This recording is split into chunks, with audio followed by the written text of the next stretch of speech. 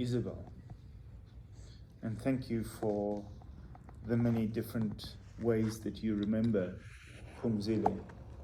And I want to say first and foremost that Phumzile in so many ways was the emphasis that I want to give, that those of us who have the virus coursing through our veins are more than just people living with HIV. Yes, we have the experience of living with HIV. Yes, we have looked death in the face daily and chosen to live. Yes, we have made those conscious choices, but we are so much more than HIV. And Phumzile was so much more than the HIV that coursed through her veins. When I came to the position in what became Inarella, I had no experience. I learnt on the job. When we appointed Phumzile to Inarella, we appointed the first person who was actually skilled for the job. She came to the job having been General Secretary of the KwaZulu-Natal Council of Churches. She came to the job having worked at Ujuma. She came to the job being a gender expert at NCA. She came to the job with years of experience in leadership and reading organizations.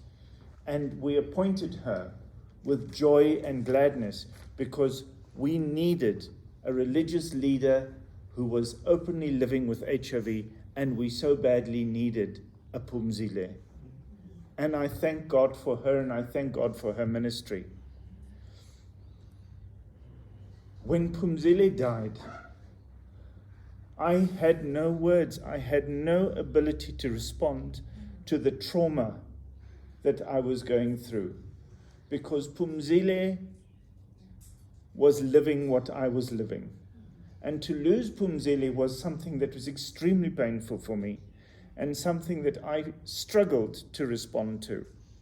And it took me a long time to be able to finally write something about it. And even then, it took this meeting to get me to finalize that. So I want to read for you what I wrote.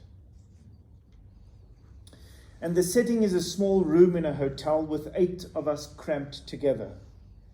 We were the only 8 amongst more than 40 who had attended this retreat for religious leaders working in the field of HIV. And we were the only 8 who knew and declared that we were HIV positive. That is where I first met Phumzile. At that time, knowledge about HIV was beginning to expand, but nowhere near what we have today.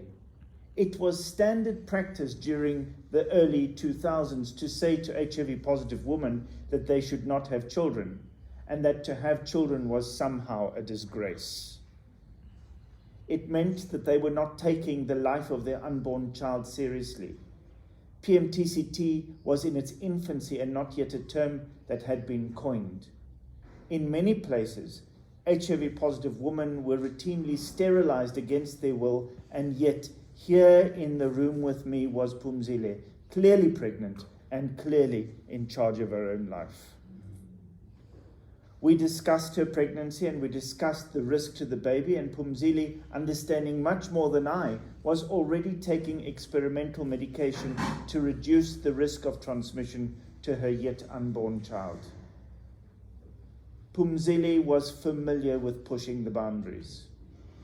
I next actively encountered her working as the gender justice expert for NCA in Pretoria at a time where gender justice was only an emerging theme, and Phumzile was already a champion, and even then in the early 2000s, Phumzile understood that gender was about more than woman. Phumzile followed me as the executive director for Inarella and brought to the post much more than I could. She was rare in so many ways. She was a religious leader who also happened to be a woman. She was a religious leader who also happened to know the trauma and truth of childbirth.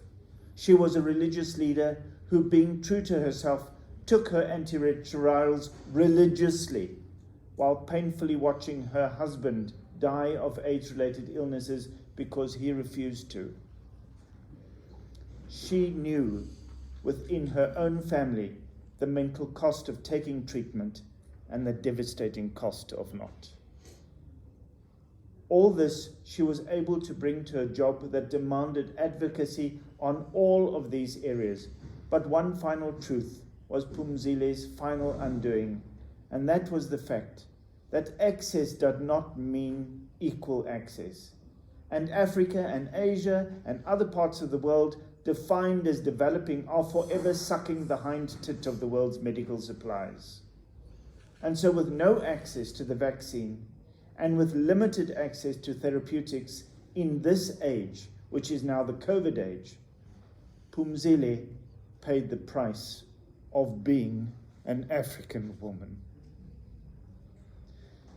May she rest in peace and rise in glory, and may the lessons of her life inspire our advocacy work as we jointly continue to work for a world free of HIV-related stigma, shame and denial, a world free of medical apartheid and inequality in healthcare.